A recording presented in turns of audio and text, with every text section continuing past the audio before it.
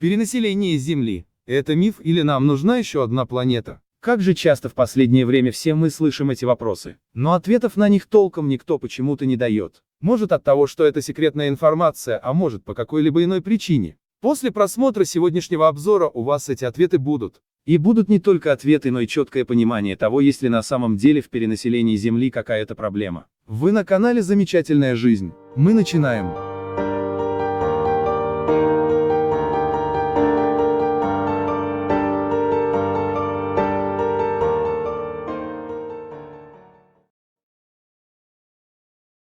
Если, допустим, вам сегодня 30 лет, то за всю вашу жизнь население нашей любимой и родной планеты уже дважды добавляло очередной миллиард. Таким образом, когда вам было всего 10 лет в 2001 году, население Земли достигло 6 миллиардов. В 2011 году, когда вам исполнилось 20 лет, была преодолена планка в 7 миллиардов человек. Сегодня мы перевалили за 8.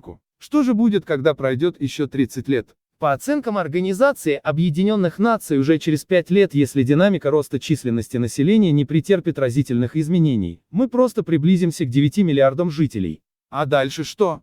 Перенаселение, нехватка пищи и воды, и это не говоря уже об иных ресурсах, ну и конечно же волны беженцев, которые мы уже начинаем понемногу лицезреть. Или все на самом деле не так страшно? Вот попробуем разобраться.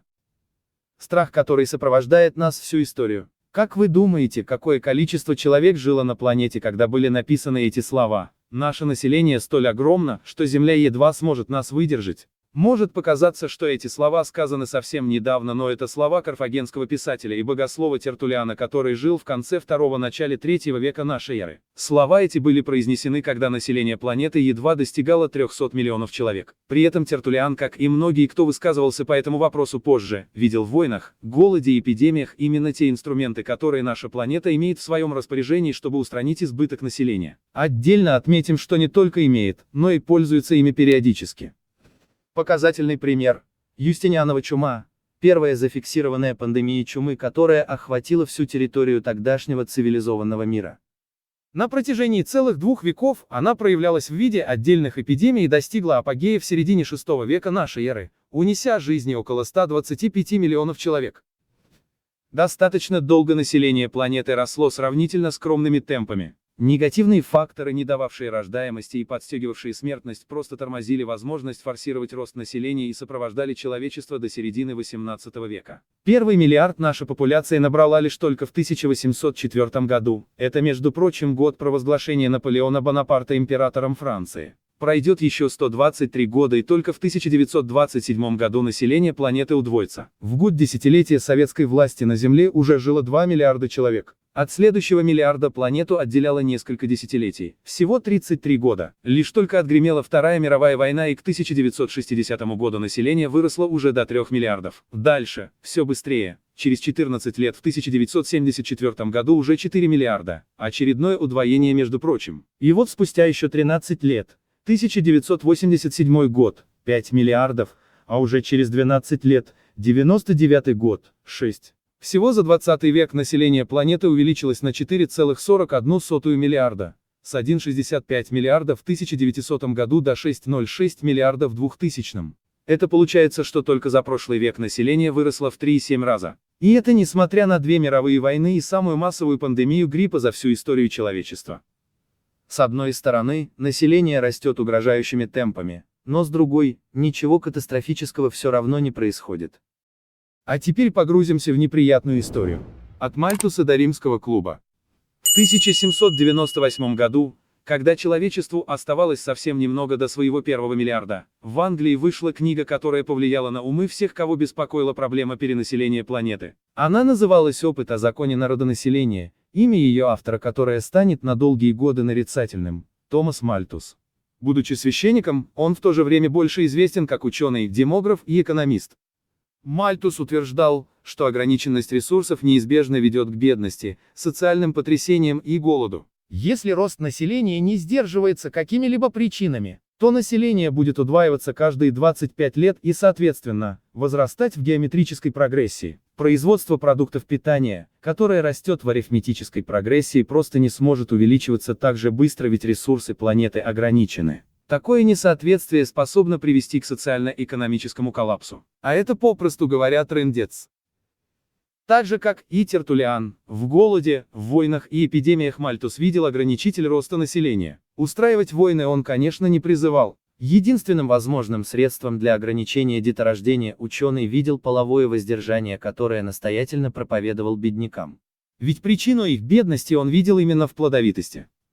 В то же время он считал, что помощь бедным аморальна, поскольку это только приводит к повышению рождаемости и, соответственно, в свою очередь плодит нищету. Дополнительно стоит отметить, что когда Мальтус писал свой труд, население Англии стремительно росло, в первую очередь по причине снижения смертности. Научный труд его, ко всему прочему, был продолжением общественной полемики о справедливом распределении ресурсов. В 1972 году, когда население планеты приближалось к 4 миллиардам, появился еще один известный труд.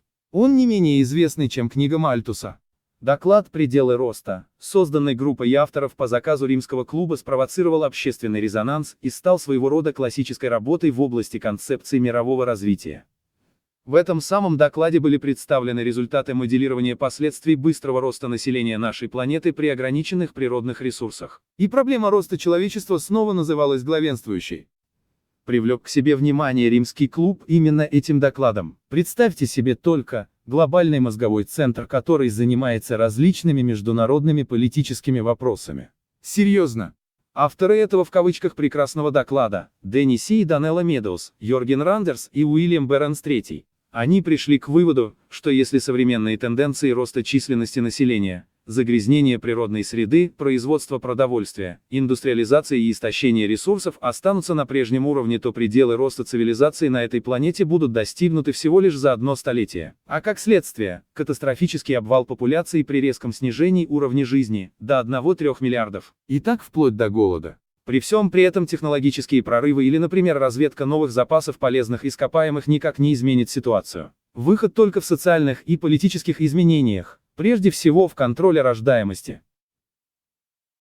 По заявлениям Всемирного фонда природы, современное человечество потребляет природных ресурсов на 20% больше, чем в состоянии произвести Земля. И для того, чтобы обеспечить наши потребности, необходимо колонизировать целых 2 планеты размером с нашу, а иначе скоро начнется голод. Сегодня даже в Китае призывают ограничить рост населения по всему миру. Участники учрежденной в КНР ассоциации «Спасем планету» просто уверены, что миру давно пора ограничить бесконтрольный рост населения и перенять опыт Поднебесной. Китайские специалисты даже выплачивают вознаграждение семьям в Африке, которые решили пройти стерилизацию и бесплатно раздают средства контрацепции. Согласно прогнозу Организации Объединенных Наций, к 2030 году на планете будет жить 8,5 миллиардов человек.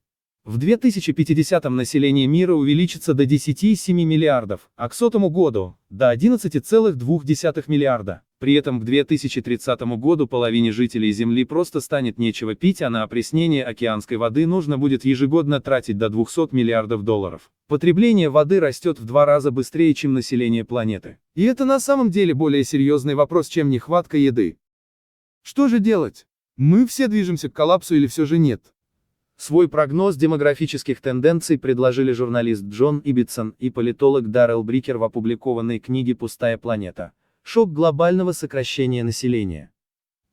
Эти люди по-своему посмотрели на существующие тенденции, обобщили их и высказали свое собственное мнение о дальнейшем будущем человечества. По мнению авторов, перенаселение планете вовсе не грозит. Скорее наоборот. Процессы, которые ведут к сокращению населения, уже работают, хотя этого кто-то пока вовсе и не замечает. Сценарий, который предложили Иббитсон и Брикер, заключается в следующем. Осталось совсем немного времени до момента, когда рост человеческой популяции остановится. Примерно к 2050 году она достигнет своего максимума в 8,5 миллиарда. А после этого население будет только сокращаться. К концу этого века численность человечества снизится уже до 8 миллиардов. В чем же причины? Да, мы знаем, что в некоторых странах уже сокращается население. Таких сейчас около 20. И это не только развитые и богатые государства, теряют население и менее благополучные. К середине века число таких стран на планете возрастет, и население станет убывать там, где рождаемость традиционно была высока. В этом списке Китай, Индонезия, Индия, Бразилия, отдельные страны Ближнего Востока и Африки. Раньше ключевыми регуляторами рождаемости выступали эпидемия и голод, но в современном мире мы научились с ними бороться, и теперь люди сами ограничивают себя, заводят мало детей или вообще отказываются от деторождения. На это повлиять не может уже даже государство. В 70-х годах Китай принял политику: одна семья, один ребенок. Сегодня среднее число детей, рожденных одной женщиной в течение жизни, коэффициент фертильности в Поднебесной снизилось с 5,8 до 1,8. Прирост населения, конечно, замедлился. Однако в 2013 году проявились негативные результаты такой политики. Было зафиксировано резкое сокращение работоспособного населения. Сегодня в КНР можно иметь 2 и более детей, но, как отмечают авторы упомянутой книги, если один ребенок в семье становится нормой, это так и остается нормой. От норм вообще тяжело уйти. Привычка.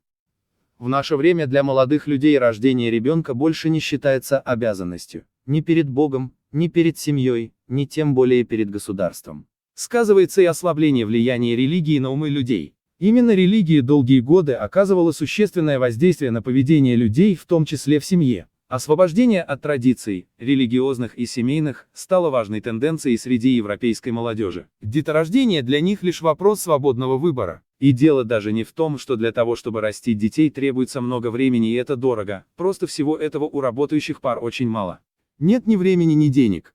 Сегодня рождение детей для тех, кто на это идет, стало уже актом самореализации. И чтобы на этот акт решиться, нужно много усилий, но далеко не каждый собирается их находить. Достаточно большую роль в современном обществе играет и поведение женщины. Живущие в городах и образованные женщины имеют меньше детей. Опрос женщин в 26 странах показал, что наиболее популярный ответ на вопрос, сколько они хотят иметь детей, 2. И это стоит отметить для поддержания численности популяции в стабильном состоянии. Самый оптимальный вариант, чтобы численность населения не уменьшалась и не росла, коэффициент фертильности должен иметь показатель 2,1. Хотя в Европе он уже составляет 1,6. Женщины в европейских странах – одни из наиболее свободных на планете. У них масса возможностей, они совсем не стремятся к деторождению, поэтому и процесс сокращения населения в Европе начался раньше, чем где-либо, и идет гораздо быстрее. Сегодня эти же процессы набирают силу по всему миру. Будущее совсем не страшно. Одна из идей, которую хотят донести Иббитсон и Брикер, это то, что снижение численности населения не станет катастрофой для Земли. Планета просто станет гораздо чище, сократится количество бытовых и промышленных выбросов. Со временем экологическая ситуация станет улучшаться. В частности, снижение численности населения приведет к достаточно большому сокращению возделываемых сельскохозяйственных земель. Сельские территории станут безлюдными, а поля, которые ранее использовались для выращивания сельскохозяйственных культур, начнут засаживать лесами. Тут логика прослеживается достаточно четко. Больше лесов, больше кислорода и в итоге больше мест для обитания диких животных. В связи с этим прекратится массовый вылов рыбы и сократится количество торговых судов, загрязняющих океаны. Ребенок, который родится сегодня или за последующую пару десятилетий, возможно, будет жить в более здоровом и чистом мире. Однако не стоит расслабляться, потому что по достижении 30 лет ему предстоит жить в обществе, где будет много пожилых людей. Вероятнее всего, у него уже не будет сложностей в поиске работы. Вот только налоги и различные дополнительные платежи, необходимые для выплаты пенсии и оказания медицинской помощи старикам, будут отнимать у этого человека значительную часть доходов. Очень малая доля работоспособной молодежи и большое число стариков могут спровоцировать бедность и, как следствие, общественное недовольство, как тех, так и других. Все это способно обернуться протестами и массовыми беспорядками. И здесь авторы опасаются, что правительства стран, не способных погасить внутренний конфликт, будут раздувать внешние в попытках сплотить свое население. А это войны. Не следует также забывать, что книга Иббитсона и Брикера вышла именно в то время, когда президент США Дональд Трамп проводил свою антииммиграционную политику. Авторы заявляли, что ради процветания Америки необходимый постоянный приток свежей крови, мигранты и новые силы. В пример приводил самого ближнего соседа, Канаду, привлекающую мигрантов и развивающую мультикультурализм. Однако авторы все же предполагают возможность изменения и этих тенденций. Период сокращения населения не может быть вечным. Что если в будущем людям все же не захочется встречать старость без детей и внуков? Не все паникуют. Многие исследователи тоже не согласны с тем, что гиперболический рост населения планеты будет продолжаться бесконечно. К примеру, американский демограф Уоррен Томпсон выделил в истории человечества 3 демографических этапа. Первый был характерен высокой рождаемостью, но одновременно и высокой смертностью. В те времена лишь некоторые доживали до 50 лет. Войны, недоедание и высокая детская смертность и болезни служили естественными ограничителями численности населения. Его мы преодолели к 18 столетию. Эпидемий стало гораздо меньше. Люди стали меньше болеть и лучше питаться. Смертность, конечно же, со временем снижается, но рождаемость все еще растет. Это уже второй этап. Сейчас мы вступаем в третий. Снижается не только смертность, но и рождаемость. Когда он распространится на всю планету, воспроизводство населения сведется к простому замещению поколений и как следствие к стабилизации численности населения. Профессор Сергей Капица в свое время считал, что по достижении своего пика численность населения Земли начнет сокращаться.